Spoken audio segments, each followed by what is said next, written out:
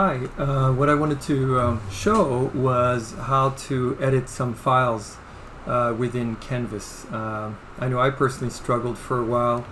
It seems like the system is not super intuitive, so I wanted to kind of share some tricks that I've learned. And by the way, as you'll see, I myself still need to organize my files.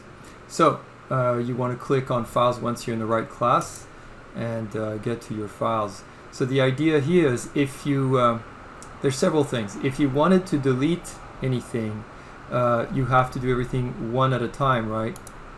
And so what you can also do is if you don't click on the hyperlink area but just click somewhere else, you can actually hold down your shift key and select more than one file at a time, and then just delete those files, right?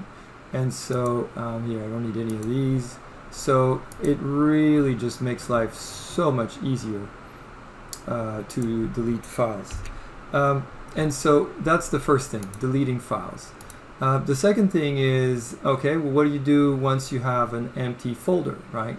As I do right here. So files, instructor manual, I just want to get rid of this thing now. So I can click over here. Oh no, I can't get rid of it.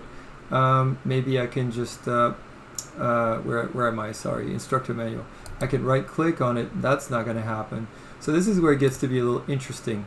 You want to go to the bottom right here, all my files. Remember which class you're trying to maneuver your files with there. And so you click on all my files, and once you've done that, eventually they open up. So then you want to find your class. So here's my class right there.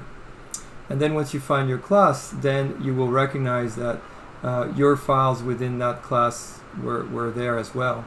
And so once you've done that, it's just a matter of finding what it is that you want to get rid of, right? It's instructor manual. Notice nothing is in here. Now I can click here on the right and I can delete. And that's it. Good luck.